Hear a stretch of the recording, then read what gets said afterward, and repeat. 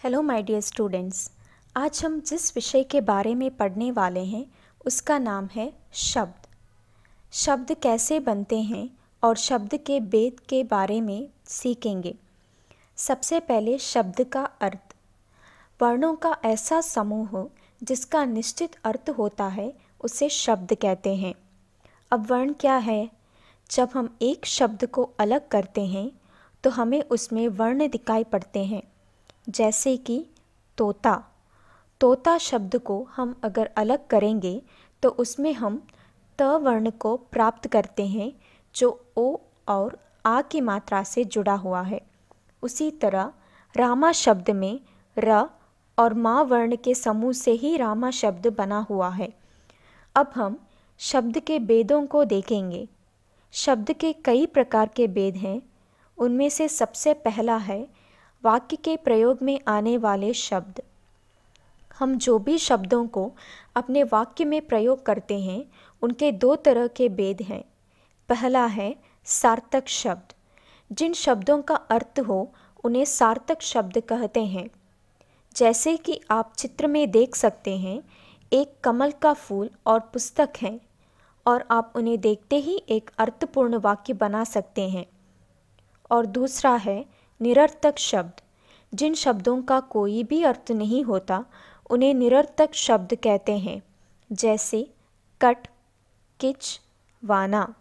इन शब्दों का कोई भी अर्थ नहीं है, लेकिन जब निरर्थक शब्द सार्थक शब्द में मिल जाते हैं तो वह सार्थक शब्द कहलाते हैं। यह देखिए, इस चित्र में 4 वाक्य हैं। सभी वाक्य अर्थपूर्ण हैं, लेकिन दूसरे वाक्य में जो बक शब्द है उसका अर्थ स्पष्ट नहीं है। फिर भी उस शब्द का वाक्य में प्रयोग करना उस वाक्य को एक अर्थ देता है। अब शब्द का दूसरा भेद है रचना के आधार पर।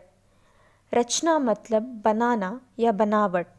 यह शब्द का उपयोग बहुत ही अलग होता है। सबसे पहले रूढ़ शब्द। रूढ़ कहते ही हम समझ सकते हैं कि यह शब्द रूढ़ कालों से आए हुए हैं, परंपरा से आए हुए विशेष शब्द हैं, जैसे कि शिक्षा, पुत्र, सूर्य, रात। इनका अलग शब्द हो सकता है, परंतु सबसे पहले आए हुए शब्द यह हैं। दूसरा भेद है यौगिक शब्द। इन शब्दों की रचना 2 शब्दों को जोड़ने से होती है। उदाहरण के लिए हिमालय, हिम प्लस आलय। यहाँ पर ये दोनों ही शब्द एक अर्थ देते हैं और उन दोनों के मिलने से नया शब्द बन जाता है और बना हुआ नया शब्द एक नया अर्थ देता है। उसी तरह राष्ट्रपति और उपग्रह शब्द भी। तीसरा है योग रूढ़ शब्द। यहाँ पर रूढ़ि से आए हुए शब्द भी हैं और उनको जोड़कर नए शब्द बनाए गए हैं। जैसे कि यहाँ पर श्री कृष्ण का चित्र है, उन्हें पीताम्बर भी कहते हैं। यहाँ पर लिखा हुआ है महादेव। इस शब्द से हमें यह पता चलता है कि भगवान शिव जी को भी इस नाम से पुकारा जाता है। और दूसरा है एकदंत, जो गणेश जी को कहा जाता है। अब शब्द का तीसरा भेद है उत्पत्ति के आधार पर। सबसे पहला है तत्सम शब्द। ये संस्कृत के शब्द हैं जिनका उपयोग हिंदी में किया जाता है। और दूसरा भेद है तद्भव शब्द। इन शब्दों का उगम संस्कृत से होता है, लेकिन विकृत करके उन्हें नया शब्द बनाए गए हैं।